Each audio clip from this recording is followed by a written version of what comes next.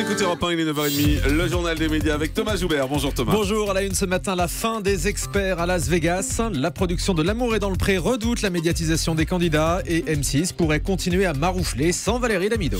Et on commence donc avec l'arrêt officiel de la série Les Experts. Eh oui, c'est la fin d'une époque. Après 15 saisons, Les Experts Las Vegas, la série originale, va bien prendre fin, comme le laissaient présager les rumeurs des derniers jours. La chaîne américaine CBS l'a confirmé hier. La série s'achèvera sous forme d'un téléfilm de 2 heures le 27 septembre prochain. Les anciens acteurs feront leur retour pour l'occasion, comme William Petersen qui était le meilleur. Ouais, c'est franchement, vrai. de tous les experts, ça a été le meilleur. Il était parti au cours de la saison 9, si mes souvenirs sont bons. Il y aura également le retour de Mark Helgenberger. Les Experts, on le rappelle, c'était la série la plus regardée dans le monde. Mais alors que les fans se rassurent, le héros incarné par Ted Danson actuellement va conserver son rôle puisqu'il rejoint le casting de la série dérivée CSI Cyber avec Patricia Arquette. Une série qu'on n'a pas encore vue en France. Effectivement, on en parlera demain avec notre expert des séries, Alain Carazé. La 10e saison de L'amour est dans le pré arrive bientôt sur M6. Et la chaîne a dévoilé hier à la presse les premières images de cette 10e saison qui commencera dès le 25 mai. Les 14 agriculteurs et agricultrices de cette année ont des profils très variés, avec par exemple un candidat gay ou un participant noir.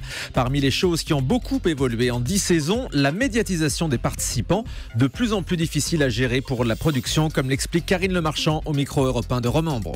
On n'arrive plus à les protéger, c'est le contraire. On a toujours des psychologues pour les soutenir s'ils ont besoin. On les prévient par exemple de la résonance que ça va impliquer au niveau des réseaux sociaux ou de la presse. La presse fait énormément de mal. Elle sort des scoops et des contre-scoops tout le temps. C'est des rumeurs.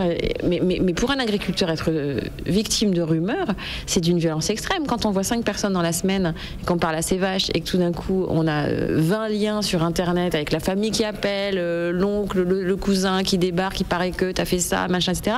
Mais ça leur retourne la tête. C'est très dur. Donc en fait, ils ont à la fois besoin de l'émission, ils en ont peur, ils la redoutent et ça attire pas que des gens bienveillants. Et ça, on peut pas les protéger contre ça. Et puis c'est une surprise, toujours sur M6, l'émission Déco devrait se poursuivre malgré le départ de Valérie Damido. Selon les informations de Touche pas à mon poste, M6 aurait décidé de continuer son émission de décoration sans Valérie Damido qui sera sur Énergie 12 à la rentrée. Pour la remplacer, la chaîne songerait à Sophie Ferjani qui s'occupe déjà de décoration dans les émissions immobilières de Stéphane Plaza. Et puis TF1 va lancer une nouvelle émission de coiffure. Alors ça, c'est la nouvelle tendance à la télé. TF1 a déjà testé Mon salon de coiffure est en péril il y a quelques semaines. M6 a proposé 5 salons qui décoiffent. Cette fois, la première chaîne va proposer un vrai concours de coiffeurs amateurs prévu pour cet été en prime time. Ce nouveau programme produit par la BBC s'appelle Hair, le meilleur coiffeur. Alors Hair, H-A-I-R, qui veut dire cheveux en anglais. Et la Une a décidé de confier la présentation de l'émission à Sandrine Cormand, ancienne animatrice d'M6. Et la 6 de son côté prépare une déclinaison de Cauchemar en cuisine qui devrait s'appeler Cauchemar chez le coiffeur. TF1 va enregistrer de nouveaux numéros de Money Drop. Malgré quelques difficultés d'audience sur la fameuse cible des ménagères, le jeu de Laurence Boccolini a encore de l'avenir sur la Une. De nouveaux enregistrements sont annoncés au mois de juin par une agence chargée de recruter du public.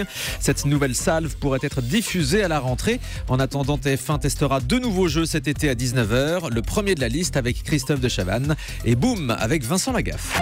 Et puis cet été, TF1 proposera aussi un nouveau numéro des 12 coups de soleil. Déclinaison en prime time du jeu de Jean-Luc Reichmann, les 12 coups de midi. L'enregistrement de cette émission aura lieu le 16 juin prochain. Des personnalités affronteront les meilleurs candidats du jeu au profit d'une association.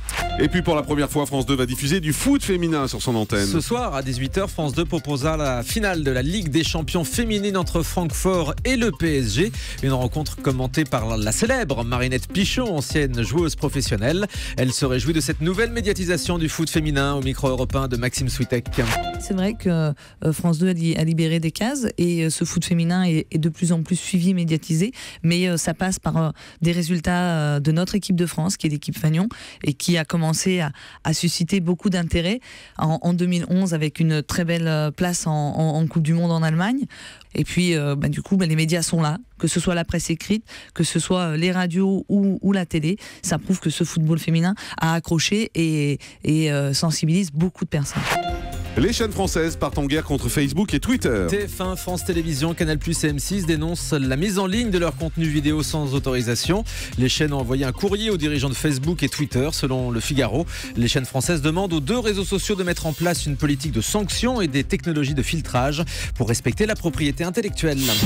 Allez, on termine avec le chiffre du jour. 55%, seuls 55% des journalistes du monde ont voté hier pour la candidature de Jérôme Fenoglio à la direction du quotidien. Un score qui ne lui permet pas d'être élu puisque 60% des voix étaient nécessaires. Jérôme Fenoglio était le candidat soutenu par les actionnaires Pierre Berger, Xavier Niel et Mathieu Pigasse. Voilà qui ouvre donc une nouvelle crise au sein du journal Le Monde. C'est étonnant d'ailleurs, une élection avec 60% nécessaire, généralement c'est la majorité qui compte. Ouais. Il a eu 55%, donc il devrait être élu, mais là les règles prévoient effectivement 60% des voix.